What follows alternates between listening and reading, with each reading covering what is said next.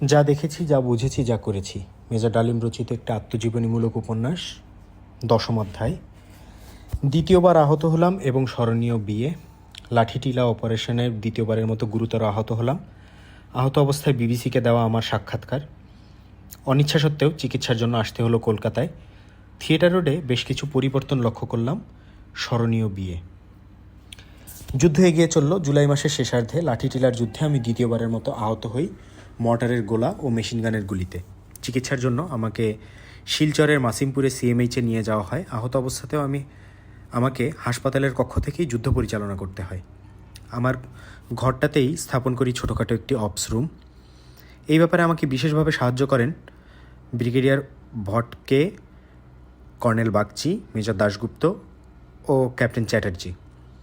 আমি যখন আহত অবস্থায় হাসপাতালে, তখন বিবিসি লন্ডন থেকে সাংবাদিকদের একটি প্রতিনিধি দল এলেন আমাদের সিলেট সেক্টরে। তারা আমার সাথে আলাপ করতে চান।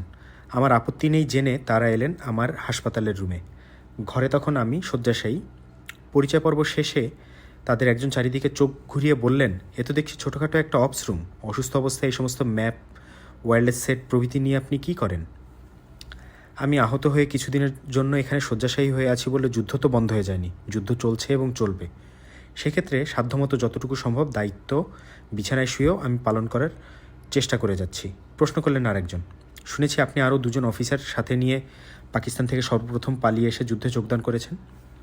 আপনার আপন পরিজনদের সবাই তো বাংলাদেশে রয়েছেন। তাদের উপরে পাক বাহিনীর তরফ থেকে প্রতিশোধ নেবার চেষ্টা হতে পারে। এই ব্যাপারে আপনার বক্তব্য কী? আমাদের স্বাধীনতা সংগ্রাম জাতীয় সংগ্রাম। এই সংগ্রামে অবদান রাখার জন্য পবিত্র দায়িত্ব পালন করার জন্যই আমরা পালিয়ে এসেছি।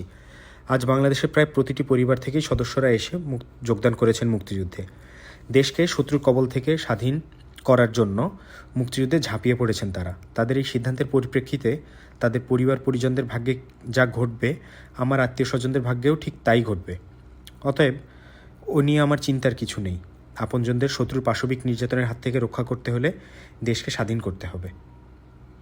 তাই তো আমরা মরণপণ যুদ্ধ করে যাচ্ছি, দেশকে শত্রুমুক্ত করে যত তাড়াতাড়ি সম্ভব আজাদি লাভ করার জন্য লক্ষ্যে। স্বাধীনতার প্রশ্নে কোনো আপোষ নেই। দেশকে স্বাধীন করেই ছাড়বো ইনশাল্লাহ। আমার জবাব শুনে তাদের একজন মন্তব্য করেছিলেন, আপনাদের মতো সন্তান যেই দেশে জন্ম নিয়েছে তার স্বাধীনতা পৃথিবীর কোনো শক্তিই রোধ করতে পারবে না।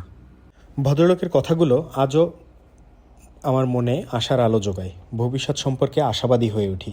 12 কোটি জাগ্রত বাঙালির দাসত্বের সব শৃঙ্খল ভেঙে চূর্ণ বিচূর্ণ করে দেবে নিশ্চয়ই। স্বাধীন মর্যাদাশীল জাতি হিসেবে সব চক্রান্তের জাল ছিন্ন ভিন্ন করে দিয়ে মাথা উঁচু করে দাঁড়াবেই একদিন। আমার সাথে সাংবাদিকদের সাক্ষাৎকারটি পরে বিবিসি থেকে প্রচারিত হয়েছিল। এই প্রচারণা থেকেই আমার আত্মীয় স্বজনরা সর্বপ্রথম জানতে পারে আমি পাকিস্তান থেকে পালিয়ে এসে মুক্তিযুদ্ধে যোগ দিয়েছি। বেশ কিছুদিন যাবৎ কলকাতার সাথে কোনো যোগাযোগ নেই। আমার আহত হওয়ার খবরটা নিম্মিকে জানাইনি ইচ্ছে করেই। বেচারি অযথা চিন্তিত হয়ে পড়বে খবরটা শুনে। আমি না জানালেও থিয়েটার রোড থেকে খবরটা অতি সহজেই ওর কানে পৌঁছাতে পারে। শুয়ে শুয়ে এই সমস্তই ভাবছিলাম। কিছুক্ষণ আগে ফ্লাইট লেফটেন্যান্ট কাদের, মুক্তিযোদ্ধা কমান্ডার বাবু ও আতিক এসেছিল। তাদের সাথে অপারেশনাল এবং অ্যাডমিনিস্ট্রেটিভ কিছু বিষয় নিয়ে দীর্ঘ আলোচনার পর তারা ইনস্ট্রাকশনস নিয়ে ফিরে গেছে। একান্ত অবসর খুবই কম পাওয়া যায়। কেউ না কেউ আসছেই। মুক্তিযোদ্ধাদের বিভিন্ন সমস্যা, বেশ ব্যস্ততার মধ্যেই আমার সময় কেটে যায়। ডাক্তার নার্সরা অনেক সময় লোকজনদের আসা যাওয়ার ভিড় দেখে আমাকে এসে উপদেশ দেন বিশ্রাম নেবার জন্য। হাসি মুখে তাদের আন্তরিকতার প্রতিদান দেওয়া ছাড়া আমার পক্ষে আর কিছুই করা সম্ভব হয় না। মিসেস ভটকে প্রতিদিন খাবার পাঠাচ্ছেন হাসপাতালে। তার স্নেহের ঋণে আবদ্ধ হয়ে থাকতে হবে সারা জীবন। হঠাৎ একাকিত্বে যেন আমাকে পেয়ে বসলো। মনটাও কেমন যেন উদাস হয়ে গেল। নিম্মিকেই বিশেষ করে মনে পড়ছিল। স্মৃতিমধুর অতীত মনের পর্দায় ভেসে উঠছিল। কিছুক্ষণের জন্য তলিয়ে গেলাম অতীত স্মৃতিমন্থনে। হঠাৎ দেখলাম দরজায় 3জন এসে দাঁড়িয়েছে। মাহবুব ও ফারুক, দুইজনই আমার প্রিয় গেরিলা কমান্ডার। কিন্তু তাদের সাথে তৃতীয় ব্যক্তিকে দেখে চমকে উঠলাম। নিজের চোখেই ঠিক বিশ্বাস হচ্ছিল না। কাছে আসতেই পরিষ্কার হয়ে গেল সব। বাপ্পি বটে। এ কি, তুই এখানে? আশ্চর্য হয়ে গিয়ে বিছানায় উঠে বসলাম। থাক থাক, উঠতে হবে না বলে বাপ্পি এগিয়ে এসে আমাকে জড়িয়ে ধরল। উষ্ণ আবেগে কিছুক্ষণ স্তব্ধ হয়ে রইলাম দুজনই দুজনকে জড়িয়ে ধরে। ইতিমধ্যে মাহবুব বাপ্পিকে শয্যার পাশে একটি চেয়ার টেনে দিয়ে বসতে বসতে বলল, কিরে বাপ্পি, তুই এখানে এলি কী করে? পথ চিনলি কী করে? জানলি বা কী করে আমি এখানে আছি? আগে বল, আহত হবার কথাটা তুই আমাদের জানাসনি কেন? কেন জানাইনি সেটা কি সত্যিই বুঝতে পারছিস না? আমরা উদ্বিগ্ন হতাম ঠিকই, বিশেষ করে নিম্মি, কিন্তু তবুও খবরটা তোর জানানো উচিত ছিল। তার যুক্তি মেনে নিলাম, ঝগড়া করে লাভ নেই, আমার ভুল হয়েছে, মেনে নিলাম। কিন্তু হঠাৎ তুই এখানে কেন? তোর আহত হবার খবর নূর ভাই এবং সালাউদ্দিন ভাই নিজেরা বাসায় এসে আমাদের জানান। খবর জানিয়ে ওরা অবশ্য নিম্মিকে বোঝাতে চেষ্টা করেছিল, চেষ্টার কোনো ত্রুটি করেনি যে তুই ভালোই আছিস, ভয়ের কোনো কারণ নেই। কিন্তু তাদের সেই সান্ত্বনাবাণী নিম্মি পুরোপুরি মেনে নিতে পারছিল না কোনো মতেই। তার একটাই সন্দেহ, ওরা তার কাছে তোর আসল অবস্থা লুকোচ্ছে। নিম্মির সে কি কান্না, সাথে সাথে খাওয়া দাওয়া ছেড়ে দিল। ওর অবস্থা দেখে আমি আর ঠিক থাকতে পারলাম না। ওকে বললাম, ঠিক আছে, আমি নিজেই যাচ্ছি শিলচরে ডালিমের অবস্থা দেখে আসতে। কিন্তু বাদ সাধলেন বাবা মা। তারা বললেন ক্যানাডা যাবার সব কিছুই ঠিক হয়ে গেছে, এই অবস্থায় শিলচর যাবার প্রশ্নই ওঠে না। ও, তুই আর নিম্মি ক্যানাডা যাচ্ছিস বুঝি? কিছুটা অবাক হলাম আমি। হ্যাঁ, আমাদের দুজনের মতের বিরুদ্ধেই বাবা আমাদের গামু কাকুর কাছে পাঠাবার সমস্ত বন্দোবস্ত করে ফেলেছে। মা দিব্যি দিয়েছেন আমরা না গেলে তিনি আত্মহত্যা করবেন। এই অবস্থায় আমাদের আর কি করার আছে বল? নিম্মি কিছুতেই যেতে রাজি হচ্ছে না। এর জন্য ওর উপর বাবা মা ভীষণ খেপা। মারধরও খেতে হচ্ছে তাকে বেসুমার। ওর এক কথা, তোকে এই অবস্থায় রেখে সে কলকাতার বাইরে এক পাও নড়বে না। প্রয়োজনে সেও আত্মহত্যাই করবে, তবু কানাডা যাবে না কিছুতেই। এই বিষয় নিয়ে বাড়িতে এখন অশান্তির ঝড় বয়ে যাচ্ছে। সব দিক সামলাতে পারছি না কিছুতেই। বিশেষ করে নিম্মির যে অবস্থা, কোনো একটা অঘটন ঘটে যাওয়া অসম্ভব কিছু নয়। তার অবস্থা দেখে আমিও বাবাকে মুখের উপরে বলে ফেললাম, ডালিমকে না দেখে কানাডায় আমিও যাব না। আমার দৃঢ়তায় অবশেষে বাবা মা রাজি হলেন আমাকে আসতে দিতে। আমার আসার অনুমতি পাওয়াতে নিম্মি বেচারিও কিছুটা আশ্বস্ত হয়েছে। ওকে কথা দিয়ে এসেছি, তোর যথাযথ ব্যবস্থা করেই আমি ফিরব। প্রয়োজন হলে কলকাতায়ও নিয়ে যাব তোকে। তারপর ট্রেনে করে শিলচর স্টেশনে নেমে মুক্তিযোদ্ধাদের সদর দপ্তর খুঁজে পেতে এতটুকু বেগ পেতে হয়নি আমার। ওখান থেকে মাহবুব ও ফারুককে সঙ্গে দিয়ে দেওয়া হলো। তারাই পথ দেখিয়ে নিয়ে এলো এখানে। মজার কথা কি জানিস, শিলচর পৌঁছে সবচেয়ে অবাক হয়ে গেছিলাম এটা দেখে যে বাপ্পি নামটার মাধ্যমে আমি এখানে বহুলভাবে প্রচলিত। হ্যাঁ, মাহবুব ফারুক দুইজনই আমার অত্যন্ত স্নেহভাজন। ওরা ছাড়াও আরও অনেকেই তোদের ব্যাপারে সব কিছুই জানে। কথার ফাঁকে নার্স চা নাস্তা রেখে গিয়েছিল। বাপ্পিকে বললাম, আমার বাঁ দিকের এত বড় ব্যান্ডেজ দেখে ঘাবড়াস না, ব্যান্ডেজের তুলনায় ক্ষত অনেক ছোট। কাঁধে মাত্র 3টা LMG বুলেট আর তালুতে মর্টার শেলের স্প্লিন্টার লেগেছে, এই যা। ডাক্তার বলেছেন ননস্টপ ব্লিডিংয়ের মধ্যেও 90 মাইল গাড়িতে করে হাসপাতালে জীবিত অবস্থায় যখন পৌঁছাতে পেরেছি তখন এই যাত্রায় মরার ফাড়া কেটে গেছে। এখন তো বহাল তবিয়তেই আছি। দেখতে পাচ্ছিস না কেমন অফসরুম সাজিয়ে রেখেছি? কোনো অসুবিধা নেই। বাপ্পির ছলো চোখ দেখে অনেকটা বাধ্য হয়ে ওকে আশ্বস্ত করার জন্য কথাগুলো বলতে হলো আমাকে। আমার কথায় বাপ্পির উদ্বিগ্নতা কতটুকু গেল ঠিক বুঝতে পারলাম না। অল্পক্ষণ সে আমার দিকে তাকিয়ে থেকে বলল, এখানে হাসপাতালে তোর পড়ে থাকা চলবে না, উপযুক্ত চিকিৎসার জন্য তোকে কলকাতায় নিয়ে যাওয়া প্রয়োজন। ঠিক বলেছেন বাপ্পি ভাই, ডাক্তাররাও তাই বলেছেন। কলকাতায় গিয়ে স্পেশালিস্টের আন্ডারে চিকিৎসা করানো উচিত বলে তারাও মনে করছেন। কিন্তু হক ভাই কিছুতেই সেক্টর ছেড়ে যেতে রাজি নন। তিনি চলে গেলে আমাদের এখানে অনেক অসুবিধা হবে, এটা ঠিক, কিন্তু কলকাতায় গিয়ে ফিরে উপযুক্ত চিকিৎসা করিয়ে সম্পূর্ণ সুস্থ হয়ে তিনি আবার আমাদের মাঝে ফিরে আসবেন, সেটাই আমরা সবাই চাই। তিনি সম্পূর্ণ সুস্থ হয়ে ফিরে এলে তার সাময়িক অনুপস্থিতির ঘাটতি অনায়াসে পুষিয়ে নিতে পারবো সুদে আসলে। মাহবুব বাপ্পির কথায় সায় দিয়ে বলে উঠল, হক ভাইকে যে করেই হোক আপনাকে কলকাতায় নিয়ে যেতেই হবে। এখানে উপযুক্ত চিকিৎসার অভাবে তার অবস্থার চরম অবনতিও ঘটতে পারে। এর জন্য কিছু সময়ের জন্য তাকে কলকাতায় অবশ্যই যেতে হবে। ফারুকও তার যুক্তিকে সমর্থন জানিয়ে বলল। বাপ্পির জেদ ও সেক্টর মুক্তিযোদ্ধাদের যুক্তির সামনে আমার কোনো কথাই টিকল না। সবার কাছ থেকে বিদায় নিয়ে কয়েকদিনের মধ্যে বাপ্পি আমাকে নিয়ে কলকাতার উদ্দেশ্যে রওনা হলো। বাই রোড আমরা গৌহাটি পৌঁছালাম। সঙ্গে এলো আমাদের প্রিয় গেরিলা কমান্ডাররা। গৌহাটি থেকে প্লেনে কলকাতায়। সবাইকে ছেড়ে আসতে ভীষণ খারাপ লাগছিল। ওরা সবাই অশ্রুসিক্ত আবেগে বিদায় দিয়েছিল আমাদের। কথা দিয়েছিলাম যত তাড়াতাড়ি সম্ভব চিকিৎসা সেরে ফিরে আসব। কলকাতায় ফিরে বেশ কিছু পরিবর্তন লক্ষ্য করলাম। ক্যাপ্টেন সালাউদ্দিন তখন হেডকোয়ার্টার্সে গোয়েন্দা বিভাগের দায়িত্বে নিয়োজিত হয়েছেন। ক্যাপ্টেন নুরুল ইসলাম শিশু স্বাস্থ্যগত কারণে সেক্টর থেকে হেডকোয়ার্টার্সের স্টাফ অফিসার হিসেবে যোগদান করেছেন। তিনি নাকি সেক্টরে অসম্ভবভাবে স্নায়ু দুর্বলতা এবং মানসিক রোগে ভুগছিলেন। যুদ্ধক্ষেত্রের বাস্তবতা কিছুতেই নাকি তার পক্ষে মেনে নেওয়া সম্ভব হচ্ছিল না। মেজর মইনুল ইসলামকে যুদ্ধক্ষেত্রে কাপুরুষতা ও ভুল নেতৃত্বের জন্য কমান্ড থেকে অব্যাহতি দিয়ে হেডকোয়ার্টার্সে ডেকে পাঠানো হয়েছে। তিনি কিছুদিন যাবৎ হেডকোয়ার্টার্সে অবস্থান করছেন। যুদ্ধকালীন সময়ে কলকাতার বেশ কিছু পরিবারের সঙ্গে আমার বিশেষ ঘনিষ্ঠতা গড়ে উঠেছিল। তাদের মধ্যে মিত্রিমাসী ডক্টর গনি এবং তার পরিবার, অরূপদা ও পারমিতা বৌদি, জনাব আইয়ুব ও তার স্ত্রী গৌরীদি, প্রীতিশ নন্দী, তার স্ত্রী রিনা, ইন্দু প্রমুখের নাম বিশেষভাবে উল্লেখযোগ্য। তাদের কাছ থেকে মুক্তিযোদ্ধা হিসেবে অসীম ভালোবাসা ও সহানুভূতি পেয়েছিলাম। তারা সবাই আমাদের মুক্তিযুদ্ধের সমর্থনে বিভিন্নভাবে প্রচুর অবদান রেখেছিলেন। যুদ্ধের বিবরণ ও অগ্রগতি সম্পর্কে আমার কাছ থেকে শুনতে তারা সর্বদাই বিশেষভাবে উদ্গ্রীব হয়ে থাকতেন। বাঙালি জাতীয়তাবাদী চেতনা তাদের সবার মধ্যেই ধরা পড়ত প্রকটভাবে। কিন্তু যখনই তাদের বলেছি স্বায়ত্তশাসনের দাবি জানিয়ে ব্যর্থ হয়ে স্বাধীনতার সংগ্রাম তো আমরা করে যাচ্ছি, কিন্তু পশ্চিমবাংলার আপনারা নিশ্চুপ হয়ে কেন্দ্রীয় শোষণ এবং জাতীয় নির্যাতন সহ্য করছেন কেন? পুরো বাঙালি জাতির মুক্তির জন্য কি আপনাদের কিছুই করার নেই? এই ধরনের আলোচনা সর্বদাই তারা পাশ কাটিয়ে যেতেন অথবা থাকতেন চুপ করে, কখনো যুক্তি দেওয়ার চেষ্টা করতেন। বাংলাদেশের সাথে তাদের অবস্থানকে তুলনা করাটা ঠিক নয়, বেশ অস্বস্তিকর অবস্থায় পড়ে যেতেন তারা এই ধরনের বিতর্কে। তাই আমরাও এই ব্যাপারে তেমন বিশেষ কিছু উচ্চবাচ্য করতাম না। নানা সময়ে আমরা এই ধরনের কথাও বলেছি। বাংলাদেশের সংগ্রামের ছত্রছায়ায় কংগ্রেস সরকার সিআরপি এবং বিএসএফ বাহিনীর মাধ্যমে অসংখ্য প্রগতিশীল রাজনৈতিক কর্মী যুবক মেরে চলেছে পশ্চিমবঙ্গ এবং বিহার অঞ্চলে। এই ধরনের বক্তব্যকে অস্বীকার করতে পারতেন না তারা, কিন্তু সব সত্যকেই কেমন জানি নেতিবাচকভাবে মেনে নিয়ে চুপ করে থাকতেন। তাদের এই চুপ করে থাকার রহস্য আজও মাঝে মধ্যে আমাকে ভাবিয়ে তোলে। থিয়েটার রোডে আমার থাকার ব্যবস্থা হলো। তখনকার দিনের প্রখ্যাত বোন স্পেশালিস্ট ডক্টর মুরালি মুখার্জির সাথে আমার চিকিৎসার ব্যাপারে পারমিতা বৌদি ইতিমধ্যে আলাপ করেছেন। আমার ক্ষত পরীক্ষা করে তিনি বললেন, গান পাউডার এবং বুলেট ইঞ্জুরির কারণে খারাপ ধরনের ইনফেকশন দেখা দিয়েছে। ইনফেকশনটাকে নিয়ন্ত্রণে না আনতে পারলে এটা গ্যাংগ্রিনে টার্ন নিতে পারে। প্রথমে চেষ্টা করতে হবে ইনফেকশন বন্ধ করার। ঘাবড়ে গেলাম, কিন্তু কিছুই করার নেই, বাস্তবতাকে মেনে নিতেই হবে। তিনি ঔষধ ইঞ্জেকশন লিখে দিলেন 1 সপ্তাহের জন্য। বৌদি আমাকে মনোবল জোগানোর জন্য বললেন, কোনো চিন্তা করবে না, সব ঠিক হয়ে যাবে। বেশিরভাগ সময় আমাকে শুয়েই থাকতে হয়। বাপ্পির সাথে নিম্মি এসে আমাকে দেখে গেছে, রোজ তার পক্ষে আসা সম্ভব নয়। সুযোগ মতো ও টেলিফোন করে, বাপ্পির মাধ্যমে ভালো মন্দ খাবার পাঠায় প্রায়ই।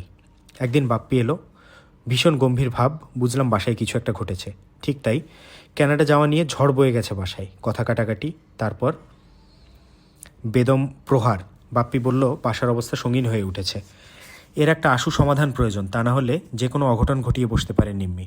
তার মতো কোমল প্রকৃতির মেয়েও ভীষণ কঠিন হয়ে পড়েছে, ওকে কিছুতেই কানাডা পাঠাতে পারবে না বাবা মা। মানসিক চাপে ক্রমান্বয়ে তার শারীরিক অবনতিও ঘটছে, রীতিমতো অসুস্থ হয়ে পড়েছে সে। এই অবস্থায় সব চাপ কতদিন সহ্য করা সম্ভব হবে তার পক্ষে? সব শুনে ভীষণ চিন্তায় পড়লাম। কি করে এই সমস্যার সমাধান সম্ভব কিছুই ভেবে পাচ্ছিলাম না। নূর এবং সালাউদ্দিনের সাথে পরামর্শ করা যেতে পারে, ব্যাপারটা নিয়ে আলোচনা করলাম ওদের সাথে। তারা বলল, সব দিক রক্ষা করার জন্য আমাদের বিয়ে হয়ে যাওয়াটা দরকার। একমাত্র বিয়ে হলেই নিম্মির কানাডা যাওয়া বন্ধ হতে পারে। একমাত্র তখনই ওর পক্ষে আমাকে সার্বক্ষণিক সঙ্গ দেওয়া সম্ভব। কিন্তু এই অবস্থায় বিয়ের জন্য তার বাবা মা রাজি হবেন কি?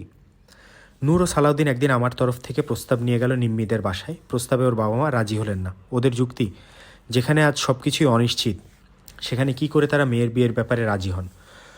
হতাশ হয়ে ফিরে এলো নূর এবং সালাউদ্দিন। ওদের কোনো যুক্তিই তারা গ্রহণ করলেন না। অবস্থা আরও অবনতি ঘটতে থাকে। তাদের প্রস্তাব প্রত্যাখ্যান হওয়ার পর নিম্মি আমাকে পরিষ্কারভাবে জানালো, যেভাবেই হোক না কেন তাকে এই অবস্থা থেকে উদ্ধার করতেই হবে, তা না হলে সে আত্মহত্যা করবে। তবুও কানাডায় আমাকে এই অবস্থায় ফেলে সে কিছুতেই যাবে না। কি অসম্ভব দৃঢ়তা! দুশ্চিন্তায় অধীর হয়ে অনেক ভেবেচিন্তে ঠিক করলাম বিয়েই করব। নূর, সালাউদ্দিন ওরাও আমার সিদ্ধান্তে একমত হলো। এই ব্যাপারে গৌরীদি, গনি নানা, মিসেস জামানের সাথে আলাপ করে তাদের পরামর্শ চাইলাম। তারা অভিমত প্রকাশ করলেন বিয়ে একমাত্র পথ। নিম্মিকে পত্র মারফত জানিয়ে দিলাম আমরা কিছু একটা করছি, কিন্তু তাকে সুস্থ এবং স্থির থাকতে হবে। বিয়ে তো হবে, কিন্তু নিম্মিকে কি করে 3 নম্বর সরারদি এভিনিউ থেকে বের করে আনা যায়? বাড়িটা তখন একটি বিশেষ নিরাপত্তাধীন দুর্গই বটে। সমস্ত ভিআইপি, ভিভিআইপিরা বাস করছেন সেখানে। তাদের নিরাপত্তার জন্য 30-40 জন পুলিশ সার্বক্ষণিকভাবে পাহারায় মোতায়েন রয়েছে। তার উপর নিম্মির উপর রয়েছে কড়া নজর। বাড়ির বাইরে যাওয়া ওর জন্য নিষিদ্ধ। সর্বোপরি সে শারীরিকভাবে ভীষণ দুর্বল হয়ে পড়েছে। সবাই মিলে তাকে বের করে আনার একটা পরিকল্পনা আটা হলো। মিসেস জামান, নায়লা, লুবনা ও গৌরীদি যাবেন নিম্মিদের বাসায়। নায়লা এবং লুবনা নিম্মির বন্ধু বিধায় মিসেস জামানের সাথেও নিম্মিদের পূর্ব পরিচিতি আছে। নায়লা, লুবনা এবং মিসেস জামান বাংলাদেশের সাংস্কৃতিক দল গঠনের জন্য বিশেষভাবে উদ্যোগী হয়ে কাজ করছিলেন, সেটা তখন প্রায় সর্বমহলেই জানা। নিম্মি খ্যাতিমান ক্লাসিক্যাল নৃত্যশিল্পী, তাই সেও যাতে দলে যোগদান করে সেই অনুরোধ জানাবার উছিলায় ওখানে যাবেন তারা। ঠিক হলো, কথার ফাঁকে নায়লা ও লুবনা নিম্মিকে যে করেই হোক কোনো মতে বাড়ি থেকে বের করে সোজা নিয়ে আসবে বাইরে। নূরেরা গাড়ি নিয়ে অপেক্ষায় থাকবে, এরপর গাড়ি করে সোজা মৈত্রী মাসির বাড়িতে। বিয়ে সেখানেই হবে। গণিনানা বিয়ের কাজী, রেজিস্ট্রার এসব কিছুর দায়িত্ব নেবেন। সালাউদ্দিনকে আনুষঙ্গিক অন্য সব ব্যবস্থার ভার দেওয়া হলো। পরিকল্পনার ব্যাপারে অবগত থাকলেন থিয়েটার রোডের হেডকোয়ার্টারের group captain Khandakar, captain Chowdhury. এছাড়া অন্য কাউকে আর কিছু বলা হলো না। বিয়ের দিন ধার্য হলো 16ই আগস্ট সকাল 10টার দিকে। নায়লারা গিয়ে উপস্থিত হলো 3 নম্বর সোহরাওয়ার্দী এভিনিউতে। প্ল্যান মতো আলাপের এক ফাঁকে নায়লা এবং লুবনা বসার ঘর থেকে গিয়ে হাজির হলো নিম্মির ঘরে। সেখানে পৌঁছে নিম্মিকে লায়লা বলল, এক্ষুনি চলো আমাদের সাথে, আজ তোমার বিয়ে। প্রথমটায় হতচকিত হয়ে গিয়েছিল নিম্মি, কিন্তু মুহূর্তেই বুঝে নিল সব কিছু। অসীম সাহসের পরিচয় দিয়ে এক কাপড়ে বাসা থেকে বেরিয়ে আসার সিদ্ধান্ত নিয়ে প্রস্তুত হয়ে উঠে দাঁড়ালো নিম্মি। যে কোনো কুমারী মেয়ের পক্ষে এই ধরনের সিদ্ধান্ত গ্রহণ করা একটি অসম্ভব দুরূহ কাজ। নিম্মির ভালোবাসার একনিষ্ঠতা এবং গভীরতাই সেদিন শক্তি জুগিয়েছিল অসম্ভবকে সম্ভব করে তুলতে।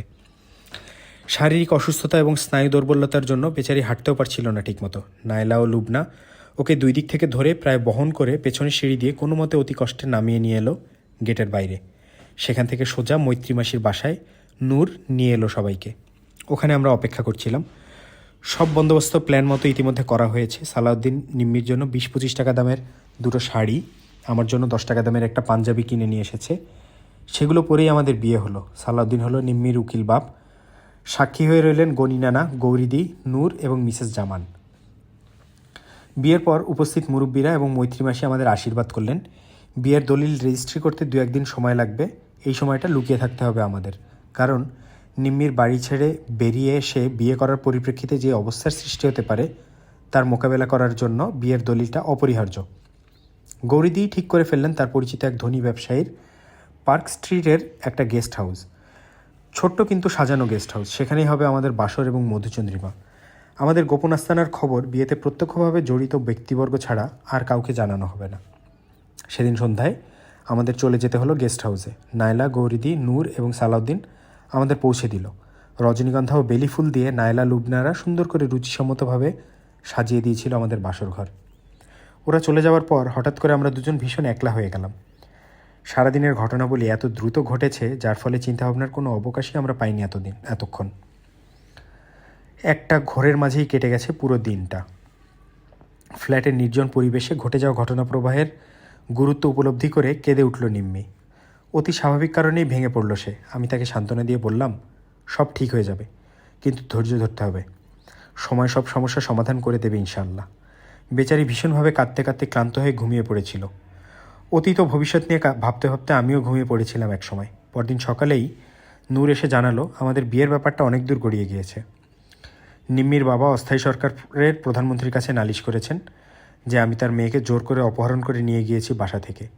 প্রধানমন্ত্রী গোয়েন্দা বিভাগের দায়িত্বে নিয়োজিত সালাউদ্দিনকে ডেকে হুকুম করেছেন যে করে হোক আমার এবং নিম্মির খোঁজ করে তাকে বের করতেই হবে।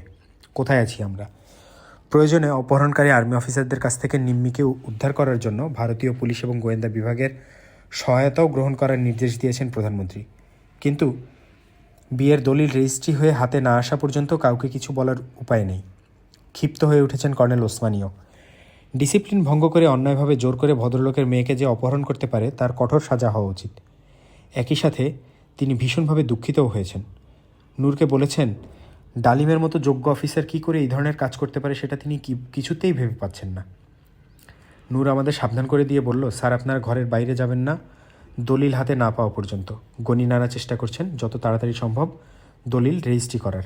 দলিলটা হয়ে গেলেই সবাইকে বুঝিয়ে ব্যাপারটার আপোষ মীমাংসা করার উদ্যোগ নেওয়া যাবে। একবার স্থির করেছিলাম বাপ্পিকে একটা ফোন করে সব কিছু জানিয়ে ওকে বলি আমরা ভালো আছি, কিন্তু নূরের কথায় সেটা সম্ভব হলো না। 19 তারিখে আমাদের হাতে দলিল পৌঁছে গেল। সেদিনই সমস্ত ব্যাপারটা সালাউদ্দিন, নূর এবং group captain Khandakar, colonel Osmani এবং তাজউদ্দিনকে বুঝিয়ে বললেন। সমস্ত কিছু বিস্তারিত জানাবার পর জনাব তাজউদ্দিনকে সবাই অনুরোধ করলেন ব্যাপারটার একটা মীমাংসা করে দেওয়ার জন্য। জনাব তাজউদ্দিন সেদিনই নিম্মির বাবাকে এবং আমাদেরকে ডেকে পাঠালেন থিয়েটার রোডে। নিম্মির বাবা পৌঁছানোর আগে আমরা পৌঁছে গিয়েছিলাম। জনাব ওসমানী এবং জনাব তাজউদ্দিনকে সালাম করলাম দুজনে। তারা আশীর্বাদ করলেন। জনাব তাজউদ্দিন বললেন যা হওয়ার তা হয়ে গেছে। জনাব চৌধুরীকে তিনি ডেকে পাঠিয়েছিলেন, তিনি এলে তার কাছে মাফ চাইতে হবে আমাদের দুইজনকেই। এতেই কাজ হবে, কারণ জনাব চৌধুরী শক্ত অফিসার হলেও তার মনটা শিশুর মতোই সরল এবং কোমল।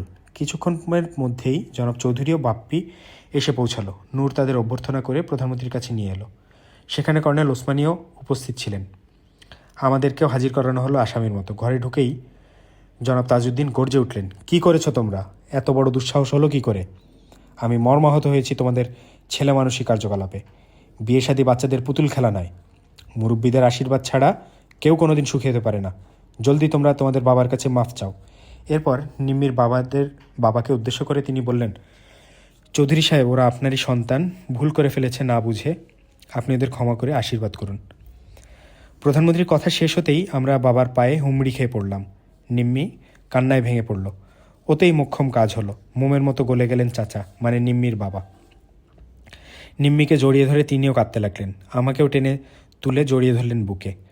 নূর, সালাউদ্দিন ওরা সব তৈরিই ছিল। মিষ্টির প্লেট নিয়ে ঘরে ঢুকলো বেয়ারা। এক আনন্দঘন পরিবেশের সৃষ্টি হলো থিয়েটার রোডে। চাচার কাছ থেকে জানতে পারলাম খালাম্মা, মানে নিম্মির মা, ভীষণভাবে আঘাত পেয়েছেন নিম্মির বাড়ি ছেড়ে চলে এসে বিয়ে করায়। তিনি ভীষণ জেদি এবং তীব্র অভিমানী। তার রাগ না কমলে বাড়িতে আমাদের যাওয়া ঠিক হবে না। এতে হিতে বিপরীত হওয়ারই সম্ভাবনা। ঠিক হলো আরও কিছুদিন আমাদের গেস্ট হাউসেই থাকতে হবে। বাপ্পিকে সমস্ত ঘটনা থেকে বাদ রাখা হয়েছিল বলে সে ভীষণভাবে অভিমান করেছিল আমাদের উপর। অতি কষ্টে তার মন ভাঙাতে হয়েছিল আমাদের দুজনকে। বাবা চলে যাওয়ার পর জনাব তাজউদ্দিন বলেছিলেন, দুজনকে পছন্দ করে দুঃসাহসিকভাবে বিয়ে করেছো। এখন থেকে তোমরা দুজনেই হবে দুজনের অবলম্বন। দুঃখ করো না, সময় মতো সব ঠিক হয়ে যাবে। আমাদের বিয়েও হয়েছিল ঠিক তোমাদেরই মতো করে, সবার অমতে। আমি আশীর্বাদ করছি তোমরা চিরসুখী হও। তাকে বিদায় জানিয়ে বেরিয়ে আসতেই নূর, সালাউদ্দিনরা আমাদের নিয়ে ঠাট্টা হাসিতে সমস্ত থিয়েটার রোড মাতিয়ে তুলল। কর্নেল ওসমানীও এসে যোগ দিলেন আমাদের সাথে। সবাই সেদিন একসাথে রাতের খাওয়া খেলাম। বিশেষ খাবারের বন্দোবস্ত করা হয়েছিল সেদিন। বিদেশের মাটিতে জীবনের একটি বিশেষ গুরুত্বপূর্ণ সন্ধিক্ষণে সেদিন জনাব Tajuddin, colonel Osmani, group captain Khandakar, captain Chowdhury, captain Salahuddin, captain Noor, lieutenant Noor, মৈত্রীমাসি, গৌরীদি, গণিনানা, মিসেস জামান, নায়লা, লুবনা, জনাব আইয়ুব, প্রীতিশ নন্দী, রিনা, ইন্দু, ডক্টর মুখার্জি, অরূপদা এবং ওদের মতো অন্য সবার কাছ থেকে যে উষ্ণ আন্তরিকতা এবং নিঃস্বার্থ ভালোবাসা এবং সহযোগিতা পেয়েছিলাম, সেটা জীবনে কখনোই ভোলা যাবে না। আমরা দুজনেই তাদের কাছে চিরঋণী হয়ে থাকব চিরজীবন। এই কয়দিনের টেনশনে ঠিকমতো ঔষধপত্র খাওয়া হয়নি বলে চিকিৎসা বিঘ্নিত হয়েছে। তার পরিণামে হাতের ব্যথা বেড়ে গেল হঠাৎ করে। ব্যান্ডেজের নিচ থেকে পচা দুর্গন্ধ বেরোতে লাগলো। তাড়াতাড়ি ডক্টর মুখার্জির ওখানে আবার আমাকে নিয়ে যাওয়া হলো। ব্যান্ডেজ খুলে হাতের ক্ষতের অবস্থা দেখে তার মুখ কালো হয়ে গেল। ঠিকমতো চিকিৎসা না হওয়ায় এবং ঔষধপত্র না খাওয়াতে গ্যাংগ্রিন হতে শুরু করেছে। এই পচনকে রোধ করতে হলে অবিলম্বে অপারেশন করতে হবে, তা না হলে পুরো হাতটাকেই কেটে ফেলতে হতে পারে। ডাক্তারের কথা শুনে সবাই ভীষণভাবে ঘাবড়ে গেলেন। আমি ঠিক বুঝতে পারছিলাম না কি করা উচিত। আমি হাসপাতালে ভর্তি হলে নিম্মি একা একা ফ্ল্যাটে কি করে থাকবে। আবার সাহায্যের মুক্ত হাত বাড়িয়ে দিলেন ডক্টর গনি। নিম্মি আমার মেয়ে, ও আমার বাসায় থাকবে। তুমি এই নিয়ে চিন্তা করো না, আজই হাসপাতালে ভর্তি হয়ে যাও। গনি নানার কথায় কিছুটা আশ্বস্ত হলাম। পারমিতা বৌদি আমার ভর্তির সব ব্যবস্থা করে দিলেন পিজি হাসপাতালে। আমার অপারেশন করলেন ডক্টর মুখার্জি গ্যাংগ্রিন রোধ করার জন্য। বাঁ হাতের কিছু ভিন্ন জায়গা থেকে কিছু অংশ কেটে ফেলে দিতে হয়েছে। তবু আল্লাহর রহমতে বাঁ হাতটা বাঁচানো সম্ভব হয়েছে। ডক্টর মুখার্জি অপারেশন শেষে মন্তব্য করেছিলেন, আর কয়েকটা দিন দেরি হলে পুরো বাঁ হাতটাই কেটে ফেলতে হতো। পরিবারের সবচেয়ে আদরের নিম্মিকে দেখে কষ্ট হয়। আমি বুঝতে পারি ভেতরে ভেতরে তার অন্তরে ঝড় বয়ে যাচ্ছে। বাড়ি ঘর, একান্ত আপনজন সবাই থাকতেও আজও ভীষণ একা। একটু আশ্রয়ের জন্য আজ তাকে এখানে ওখানে থাকতে হচ্ছে রিফিউজির মতো। তার উপর আমার শারীরিক অবস্থা নিয়েও বিশেষভাবে চিন্তিত। বাপ্পির কাছ থেকে জানতে পারলাম আমাদের চিন্তায় চাচাও ভেঙে পড়েছেন। তিনি আমাদের এই মুহূর্তেই বাসায় নিয়ে যেতে চান, কিন্তু খালাম্মার মানসিক অবস্থার কথা ভেবে কথাটা কিছুতেই উঠাতে পারছেন না জনাব চৌধুরী। অত্যন্ত স্নেহবৎসল খালাম্মা। তিনি নিম্মির উপরে যে অভিমান করেছেন সেটা খুবই স্বাভাবিক, কারণ নিম্মি তার খুবই আদরের। আর সেই নিম্মি এ ধরনের কাজ করে বসবে সেটা কিছুতেই মেনে নিতে পারছেন না খালাম্মা। তার বিশ্বাসের অবমাননা করেছে নিম্মি, এটাই তার ক্ষোভের প্রধান কারণ। সব কিছু মিলিয়ে বাসায় একটা অস্বাভাবিক অবস্থার সৃষ্টি হয়েছে। এর সবটুকু চাপ পড়েছে নিম্মির মনের উপর। বেচারি সম্পূর্ণভাবে বিধ্বস্ত, কিন্তু বাইরে তার কোনো প্রকাশ নেই, পাছে আমি মনে কষ্ট পাই এই কারণে। কিন্তু আমার জন্যই বেচারি জান আমার মুখ বুঝে সব কিছুই মেনে নিয়েছে। এবং স্বাভাবিক থাকার আপ্রাণ চেষ্টা করছে। ওর ত্যাগ, সহনশীলতা এবং ভালোবাসার গভীরতা উপলব্ধি করে নিজেকে ভীষণ ছোট মনে হচ্ছিল। ভাবছিলাম ওর এই অসহায় অবস্থার জন্য আমিই দায়ী। অত্যন্ত স্বার্থপর মনে হচ্ছিল নিজেকে।